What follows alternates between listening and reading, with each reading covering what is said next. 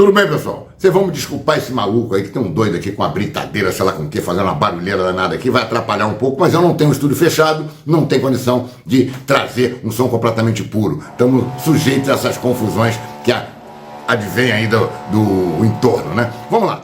E nesse vídeo eu estou trazendo uma entrevista sensacional, totalmente traduzida, do Coronel MacGregor, que junto com o Larry e com o Scott Ritter e com o Coronel Agostinho, com outros personagens mundiais, são os caras mais respeitados no mundo com relação à análise do que vem acontecendo no Oriente Médio, na Ucrânia, na Rússia, no próprio Estados Unidos, ligando também a parte econômica. São pessoas altamente qualificadas e essa entrevista vai trazer muita coisa para poder ajudar você a formar sua opinião e a entender mais ou menos o que está acontecendo. Deixa seu like, compartilha, passa para os amigos, ajuda o canal. Aqui você não ouve o que você quer ouvir.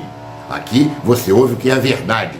Às vezes não faz tão bem para o ouvido, mas é mais ou menos por aí, tá ok? A gente vai começar esse vídeo trazendo outros detalhezinhos interessantes. Por exemplo, tá?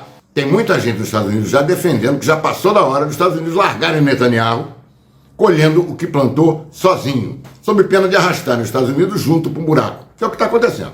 Para Douglas MacGregor, inclusive, um dos maiores analistas do planeta, a Turquia destruirá Israel com armas nucleares, se não houver um imediato cessar-fogo em Gaza.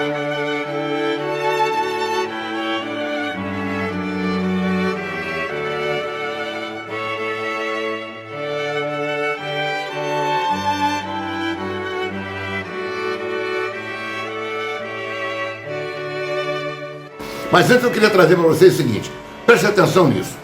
É importante deixar um aviso para os comedores de grama azul sobre o grande perigo de serem atingidos pelo raio laser do hiper, ultra, super, mega secreto porta-aviões poderoso dos Estados Unidos. Isso é que esses canais de idiota ficam dizendo para você, né? Eles falam o tempo todo. Simplesmente é mais uma propaganda do Pentágono sobre suas armas da Pixar, todas maravilhosas, fabulosas, mas na verdade eu fico até surpreso pelo fato de que eles ainda não tenham mandado para o combate o Capitão América, o Hulk, o Batman, o Top Gun, o Homem-Aranha, o Rambo ou até mesmo o Pateta. Eles devem estar de férias, né? Mas esse último aí eu acho que estão fazendo é agente de Pateta há muito tempo. Quem não está pensando, quem quer ouvir só aquilo que é bonitinho para os ouvidos, está virando o Pateta da história. Outra coisa importante é o seguinte, depois que os houthis sequestraram esse navio e levaram para Al-Roeda, lá no Iêmen, muita coisa vem acontecendo no que diz respeito ao conflito e que vai afetar Israel e todo o Oriente Médio. Porta-voz do Conselho de Segurança Nacional, John Kirby, afirmou nesta terça-feira que os Estados Unidos podem designar os rebeldes Houthis, do Iêmen, como organização terrorista após a captura de um navio de carga no Mar Vermelho. A captura no domingo do Galaxy Leader e de seus 25 tripulantes ocorreu dias depois de os Houthis, que contam com o apoio do Irã, ameaçarem atacar navios israelenses devido à guerra entre Israel e Hamas. O navio, com bandeira das Bahamas e de propriedade britânica, é operado por uma empresa japonesa com vínculos com o empresário israelense Abraham Hami Ungar. Kirby pediu aos rebeldes que libertem imediatamente o navio, assim como a tripulação, e sem impor condições. Os Houthis afirmam que a captura é uma retaliação à guerra de Israel contra o Hamas, desencadeada após o ataque de combatentes do movimento islamista em 7 de outubro, que resultou em cerca de 1.200 mortos e cerca de 240 sequestrados, segundo as autoridades israelenses. De acordo com o Ministério da Saúde do território palestino, mais de 14 mil pessoas morreram, desde então, nos bombardeios aéreos e operações terrestres de Israel na faixa de Gaza, governada pelo Hamas. Os Houthis fazem parte do eixo de resistência dos aliados do Irã e lançaram drones e mísseis contra Israel. Os Estados Unidos os retiraram de sua lista de organizações terroristas em fevereiro de 2021. As autoridades consideraram que a designação complicava a resposta à crise humanitária no Iêmen, dilacerado pela guerra e parcialmente controlado pelo grupo rebelde. A Rússia aumenta o tom e diz que afundará navios que tentem carregar grãos da Ucrânia. Pior, nada garante que eles não levem armamentos. Então ela está desconfiada que eles estão levando armamentos e está dizendo, acabou a palhaçada. Com isso, tanto o trigo quanto outros cereais dispararam o preço ali na área da Europa. Tá? Por outro lado, o Putin também se coloca como mensageiro da paz e exige um cessar-fogo na faixa de Gaza, defendendo a imediata criação do Estado palestino. O que faz do Hamas, na realidade, preste atenção, o grande vencedor de tudo isso, pois conseguiu trazer de novo à baila um assunto congelado por Israel e pelos Estados Unidos desde a criação do Estado de Israel, lá pela decisão da ONU. Tá todo mundo falando nisso. Então, meu irmão, quem é que tá ganhando? E tem outros detalhes também que ele vai mostrar porque que Israel não é o grande vencedor disso aí, como estão dizendo. Não é bem por aí. Não é aquilo que você quer ouvir pro seu ouvidinho para ficar feliz. Não é por aí. Presta atenção. Por conta de toda essa pressão mundial, inclusive do próprio Estados Unidos, já se falou num acordo de Israel com os palestinos por 5 dias. Seria para trocar reféns, prisioneiros e permitir uma ajuda humanitária que certamente depois eles vão bombardear tudo e acabar com tudo de novo. Quer dizer, entra para eles quebrarem. É mais ou menos por aí. Mas o problema é que o Netanyahu disse que só vai aceitar isso quando acabar com o Hamas. Como é que ele vai acabar com a ideia?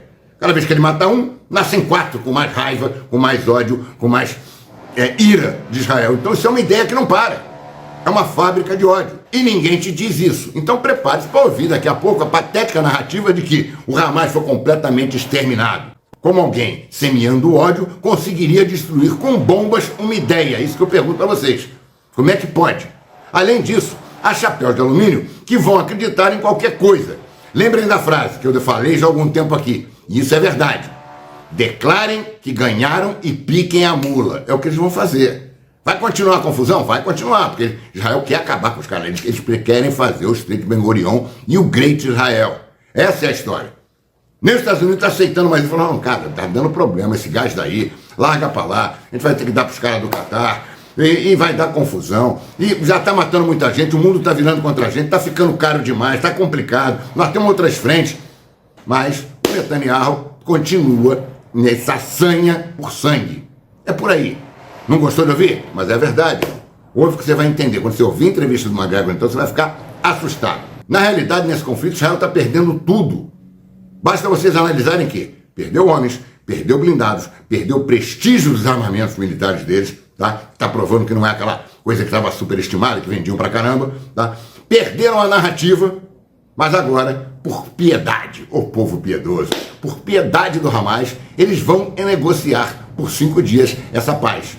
Assim, o Hamas libertará 30 crianças, 12 mulheres e 8 mães, um total de 50 pessoas que foram sequestradas lá no dia 7. Israel, por seu lado, por piedade do Hamas, como está indo tudo bem, como eles estão tranquilos e eles são bondosos, eles vão libertar 3 vezes mais pessoas, vão libertar 3 por 1, 150 dos que eles consideram terroristas do Hamas.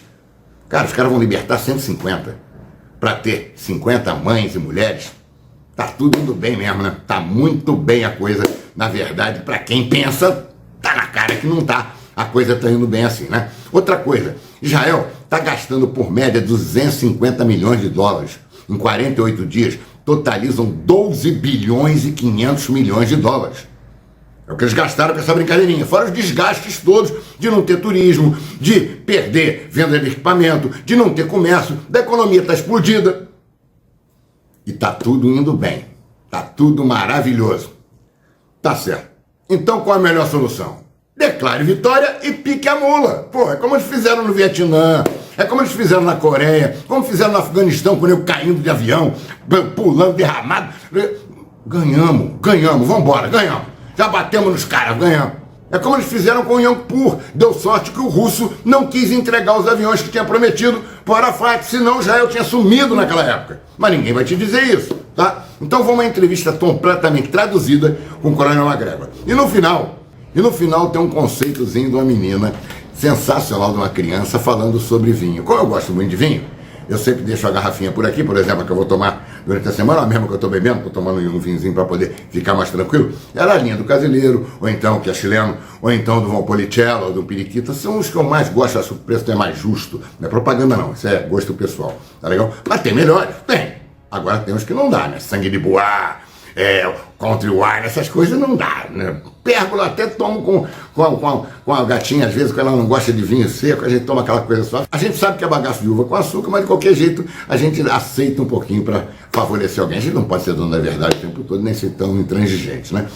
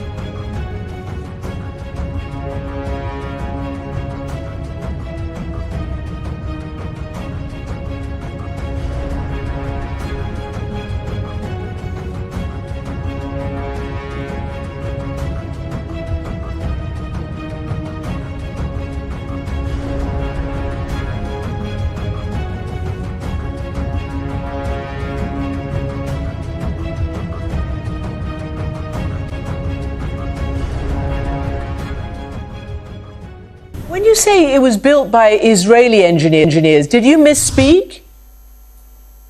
No, some, decades ago we were running the place. So we held them. It was many decades ago, probably 4 decades ago, that we helped them to build these bunkers in order to enable more space for the operation of the hospital within the very limited size of this compound. Christian, Yeah. wait a minute. It's not easy. We take care not to hurt. Na realidade, vamos à entrevista que é o que interessa, tá ok? Um grande abraço, tamo junto. Well, in 1914, when the First World War broke out, the president of France was asked, how long do you think this war will last? And he said, well, 6 months. And the journalist was puzzled by that. He said, how can you be so certain that the war will be over in 6 months? He said, because that's when the money will be gone. There will be nothing left to finance the fighting with. Had we closed our credit markets to the French and the British, as we did against the Germans, Russians, and others, it's possible the war would have ended when he said it would, because they simply couldn't afford to fight much longer. You have a somewhat similar situation in Israel right now. The Israeli economy has, by any measure, tanked. You've got hundreds of thousands of men mobilized that otherwise would be at work within the framework of the Israeli economy. So I think Israel has been placed on life support by Washington. We're pumping billions of dollars into Israel at this point, not so much for military assistance and support, although some of it is, but to keep the economy afloat. So the first question is, how much longer can we do that? Well, if you listen to Janet Yellen, we can do that in perpetuity. But anyone looking at our financial condition at this point and our own economy raises questions about just how long that can go on. If that were the case and Yellen was right, we would continue to send hundreds of billions of dollars to Ukraine. And I think it's pretty obvious that that period is over. We cannot afford it. Yeah. So that's the first thing. We can't afford it for very long. The Israelis can't afford it right now. Now, number two, you've got two implacable enemies. We could spend hours talking about who started what. Yeah. But I think we should remember something that George Marshall said to Harry Truman. When Truman was president and he was being lobbied to support the creation of the Israeli state, he called in George Kennan and George Marshall. And both of them, in so many words, said, if you support the founding of the Israeli state, we are looking at probably a century of warfare ahead. Because the Jewish state will never be accepted by the people that live in the region. Gosh, that turned out to be pretty accurate. The Israelis have coped with this very well, obviously to a large extent because of our ability to provide them with superior military technology and support. But there are limits to this. Now, the third thing is, what's the end state? To go back to your original question, well, the desired end state in Israel is for all the Arabs to be gone from Gaza. Let's be frank, that's what they would like to see. What you're watching in northern Gaza is the systematic destruction of the infrastructure, buildings and houses that make it abundantly clear if you lived here, you can't come back because there's nothing to come back to. Right. Then you have to sort of recall Mr. Netanyahu's remarks about who is going to secure Gaza after the war. And he made it very clear, anybody who thinks others are going to come here and do this for us is crazy. We'll secure the place, we'll run it, we'll make sure nothing like Hamas ever comes back. Finally, how do you ensure that Hamas never comes back? Well, you can't kill everybody in Hamas. I know that sounds like, well, why not? There are only 25, 30,000 fighters left in Hamas, maybe a few thousand more, we don't know. Well, it's very simple. Rooting them out in this environment, in this urban terrain, is an impossibility, frankly. You're not going to get them all. Secondly, Hamas is an idea. Remember, Hamas is sort of the armed arm of the Muslim Brotherhood. So you're going to kill this idea. In fact, if anything, the idea that the Israelis and their state should be driven out of the region is probably stronger now than it's ever been in the last 75 years. That's the perverted part about this. Yeah, they wanted to try to make it safe, and that's one thing Netanyahu has said from the outset. But he's oblivious to the fact that when you kill so many people in the process, all you do is create additional enemies and even deeper embed the idea that they hate Israel. So how does he think that's ever going to end up with peace? I don't really think he's thought that through. Well, that may or may not be true. He may see it a little differently from you and me, because right now he exerts a level of control and influence over Washington, over the uniparty that governs our country and the White House, that is absolutely undeniable. Let's be frank. The Israeli lobby, its supporters, people who are Christian fundamentalists, there are all sorts of individuals involved in this. But you've got to also look at the influence in the media, the financial markets, and the government, the numbers of people who populate the government who are sympathetic to Israel. I think he has not absolute power over us, but certainly power over us that we do not have over him. This is the case of the tail wagging the dog. We're the dog and we're being wagged.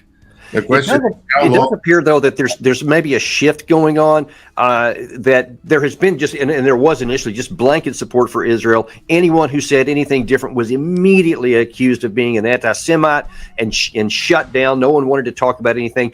But the more these images keep coming out, and especially the other day, lots of these little premature babies that had to be evacuated because the hospital was shut down. People are now starting to go, hang on just a second.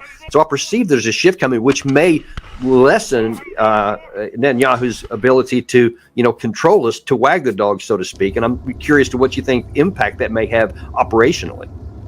Well, that may be true. That's hard to gauge because there's a lot of money involved. And you can affect it. Who was it? Israeli military attaché a few years ago who was overheard in a restaurant in Washington saying, "Oh, we can deliver Congress on any issue." I think they're still there. Now, as you say, can that change? I suppose so. But I think from Mr. Netanyahu's vantage point, this is the time to strike. He's got unparalleled power and influence over us that he probably also realizes will not endure forever. So what he's got to do is press ahead with the plan to remove the population from Gaza. And that's what you're seeing. Now, is he going to try and recover the hostages? Of course. Is he going to try and weed out and kill Hamas fighters? Of course. But that's like picking out a school of fish in an ocean. So what's your solution? If you can't get to the school of fish, you drain the ocean. The ocean is being drained. Now, other people are talking about offshore oil and gas and so forth. No doubt some of that is there, but that's not driving this.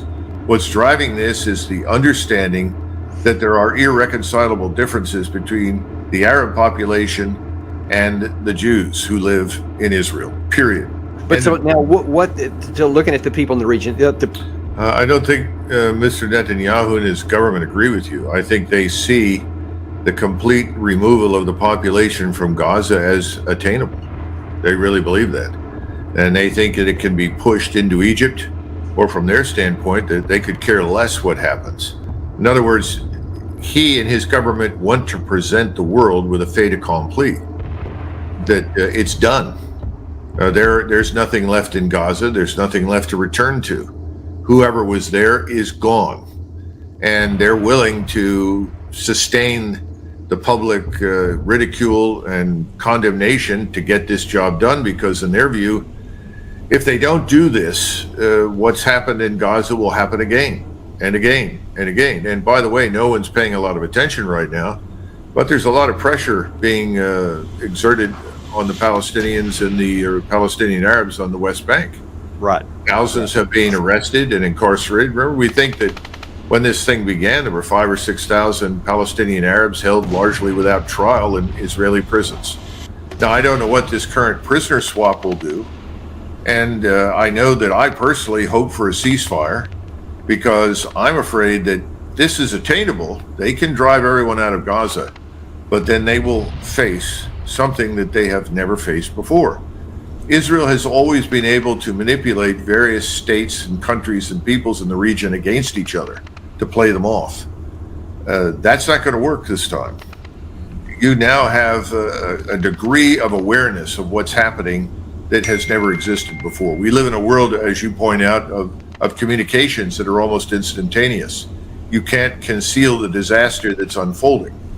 And you have millions of Turks and millions of Iranians and hundreds of millions of Arabs all of whom are absolutely enraged.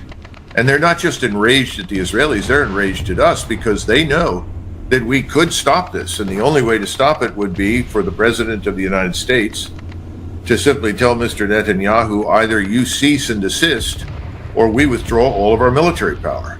And then you'll be left to face Hezbollah alone, along with potentially other actors in the region.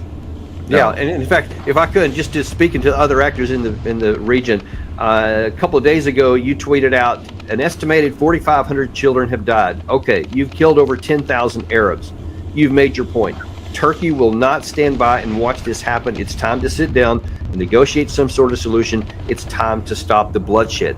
So what do you think is that Turkey could end up doing if this fait accompli is attempted, even forget about whether it's successful, what if it's attempted and they really do start doing, how long will Turkey or any of the other Arab regimes, will they always sit out and not do anything? Well, the answer is no, they won't. But things have changed in that part of the world. Mr. Erdogan is viewed widely inside the Sunni Islamic world as de facto Sunni leader of Islam. In other words, the Arabs, who historically have mixed feelings about the Turks, nevertheless feel some degree of pride that Erdogan leads a powerful state whose presence in NATO gives weight to their interests simply because they are all Muslims. And Mr. Erdogan never misses the opportunity to make the point, we are all Muslims. He's even gone so far now as to make that point about the Iranians. And historically, Turks and Persians have not been on particularly good terms. Right. But now the Iranians are sitting there. And the interesting part about Iran is Americans have been fed this steady diet of hatred towards Iran. Iran's the evil incarnate and the source of all trouble. Well, the truth is that most Iranians could care less what happens, and they are not anti-Israeli. There's a different history there, and the Iranians are not necessarily pro-Arab, but they are now confronting something that's very different. They want to be a leader in the Islamic world. You can't be a leader in the Islamic world and watch this unfold and do nothing. So Iran is prepared. Iran is not going to field an army that marches into Jerusalem.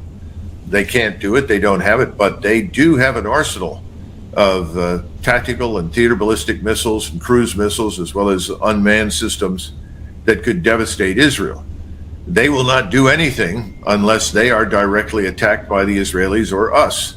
So for the moment, that's the status in Iran. Turkey is very different. The Turks have a long martial history. They have a very capable army. They can raise their force levels to 2 million men in the army in the space of 30 days. Something like 60% of the population is under the age of 30. They have a very large manpower pool. And like the Iranians, the Turks have also become far more sophisticated technologically. They are building their own armored forces. They are building their own weapons. They're trying to build their own fighter aircraft. And recently, they attempted to compensate for their needs in the aerospace community by buying Eurofighters from Germany, Italy, the United Kingdom, Spain. And the Germans said, no, we won't support that. We will not sell you these Eurofighters. Well, this is probably in many ways for Erdogan the last straw. He sees himself and he sees the Muslim cause as being treated as a second or third class citizen within the framework of both the EU and NATO. So I don't think there are any lingering doubts in his mind as to where he stands and what he's going to have to do. And in his most recent remarks, he said several things. He said, first of all, no matter what number of nuclear weapons you think you have, there are not enough to prevent you from going under Mr. Netanyahu. You will be gone. You will not survive this. So he's made that very clear. Why? Because he knows that if he needs those nuclear weapons, that he can get them from Pakistan. The Pakistanis have made that very clear on numerous occasions. They've always had a good relationship with the Anatolian Turks. This goes all the way back to the post-war era. Turkey was seen as a model for many Muslim states, not the least of which was Pakistan, for the future. So the Pakistanis have made that clear. It's not impossible that Mr. Erdogan would come out publicly and say, just for everyone's information, we have now warheads that are weaponized on missiles. We have a nuclear capability. I wouldn't be surprised if he did that. because he's also castigated the Israelis for not admitting that they have nuclear weapons, that they have violated the non-proliferation treaty. The Turks and the Iranians have both backed away from this. The Iranians, in fact, have shifted their emphasis to conventional warheads and conventional missiles away from nuclear weapons because they saw very little advantage to having a nuclear weapon. But they now have the capability to deter the Israelis by simply saying, you want to attack us with a nuke? You can watch Haifa, Tel Aviv, and most of the inhabited areas of Israel vanish. Does their conventional weapons give them the ability to have that kind of accurate destruction? I'm not familiar with just how strong that is. This is the thing, and you and I have talked about this before. There's a failure to understand that many of the advantages that we enjoyed in 1990 and 91 no longer exist. Yeah. That technology is proliferated, and the technology of precision is in the hands of the Iranians and the Turks. And of course, the Turks have supposedly the largest unmanned systems inventory when it comes to so-called drones in the world. Now, their drones are not necessarily as good in many cases as the Iranians. And the Iranians have helped the Russians enormously with their technology. So, but in other areas, the Turks have tremendous advantages. My point is that the Israelis have enjoyed two critical advantages. They've enjoyed support from us. In the past, it was not unconditional. Presidents set limits. You can go this far and no further. We will not allow you to do X, Y, and Z. That's gone. Support from us is now unconditional. And Mr. Netanyahu knows that. That's what he wants to exploit. They've also had this nuclear capability, and everybody knows it. They have it aboard their submarines. They have it delivered from the air. They may have the ability to do it on the ground with some of their missiles. But the point is, that could go away very suddenly and very quickly. And so looking back at the Turkey issue, two things? What might cause, I guess, an action from Erdogan to actually move against Israel, or would he actually go that far? And the second, whatever he might do, what about all the U.S. like it in Sirleck? I mean, how would all that play out? Because that could really complicate everything for Washington. Absolutely. And I will say that I strongly recommended we get out of there in 2020. And everybody looked at me like, I had something strange growing out of my forehead. I've never been comfortable with either nuclear weapons or heavy dependence on air bases there. And you'll recall that in 2003, the Turkish government refused us access through Anatolia into Iraq. Right. This is a long time coming. There's a lot of bitterness and resentment. You got to remember that Turks also look back on their history and say, well, look, we went to Korea to fight with you against the North Koreans. Did the Israelis go? The Turks say no. We did. We're your allies. I don't think the Turks feel as though they have been treated with the degree of respect and dignity that they deserve, but then they're part of a big club that includes most of the Islamic world. Right. So I think we've got a couple of problems here. We're not going to be able to provide the kind of support that guarantees Israel's survival as we were in the past. We no longer have the military power. Now, somebody can say, well, we have a nuclear deterrent, nuclear power. Well, perhaps there are people in Israel who have convinced themselves that we will launch nuclear weapons at Iran or Turkey or Egypt or Saudi Arabia, anybody who dares threaten the existence of Israel.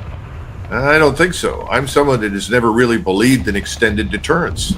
I never believed that we were going to nuke Soviet forces if they tried to invade Germany, because everybody always knew what the outcome would be: total annihilation for everyone. And that's why we built up this strong conventional force of NATO. So I think the Israelis are up against the clock.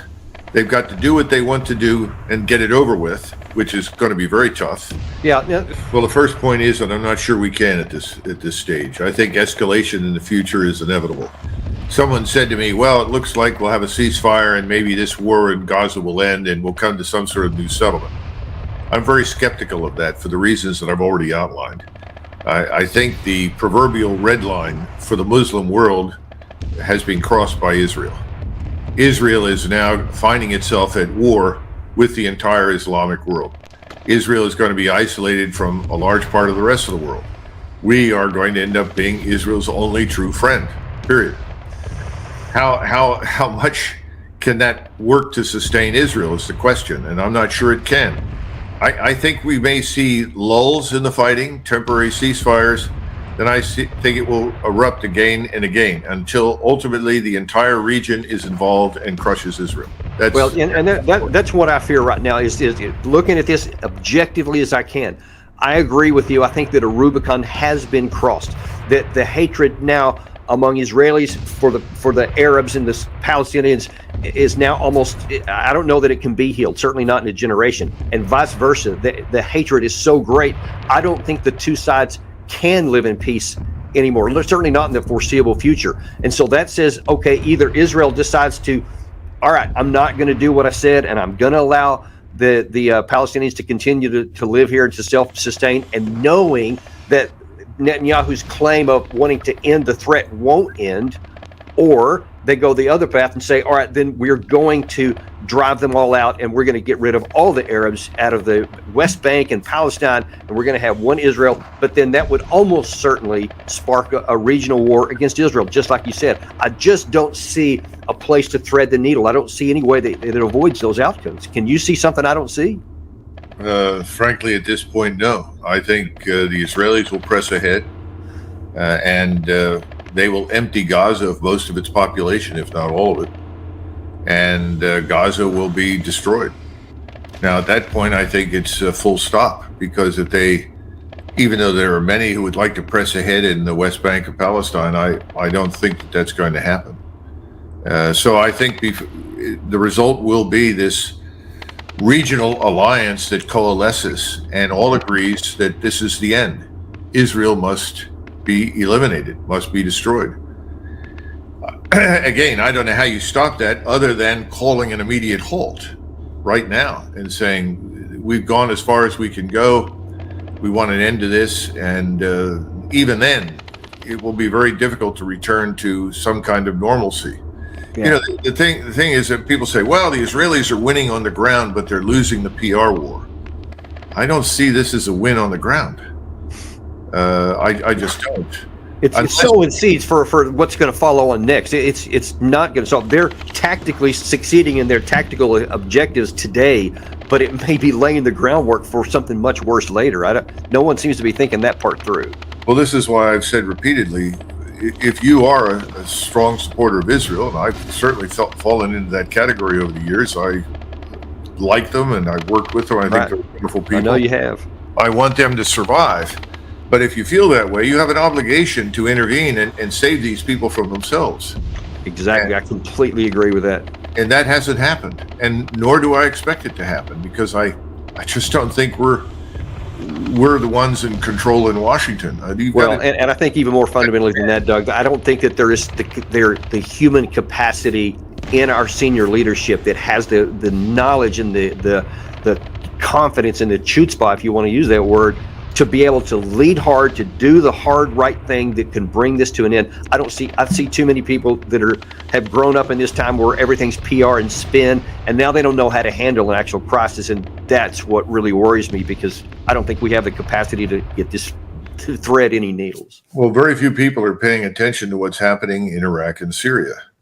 And, again, I strongly favored removing our forces from Iraq and Syria. And somebody said to me at the time, well, you can't do that. I said, why not? I said, well, they have to be there. I said, well, no, they don't. There's no particular strategic reason why we should maintain a presence. Our presence has been the problem. We need to remove it. And he said, oh, no, we're there for Israel.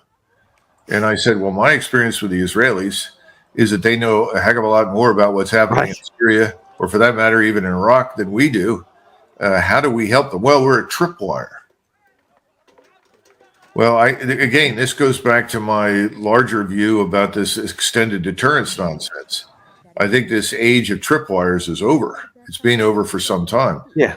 I don't want our troops to tripwire us into conflict. That's a bad use of our troops. Yeah. Well, I mean, if you're sitting there, I'm sure it's very reassuring if you're a soldier or in the United States Army to know that, well, I'm doing my job as a tripwire, because as soon as I'm killed, something else is supposed to happen.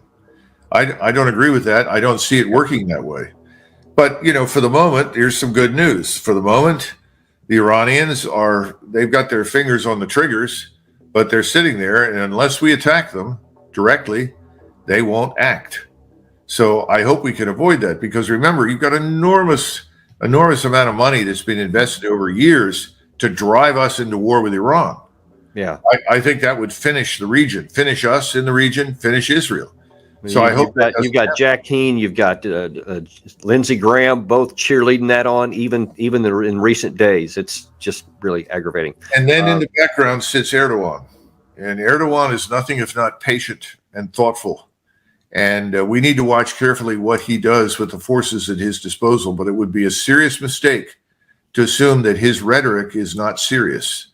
He said eventually Turkish soldiers will fight in Gaza. Entenderam o que o MacGregor está dizendo? Conseguiram entender a gravidade do assunto? A coisa não é fácil, não. A coisa é bem complicada. Em vídeos anteriores nós temos outras posições também bem colocadas com relação ao entorno e o que pode ocorrer também em análises mais amplas. Essa daí é uma meio reduzida do que pode estar acontecendo. Como também pode ser que seja só um bravateiro. Que o Erdogan seja só um bravateiro, eu acredito mais na linha da bravata. Mas o povo dele está pressionando muito. E aí fica complicado se o cara quer virar líder árabe.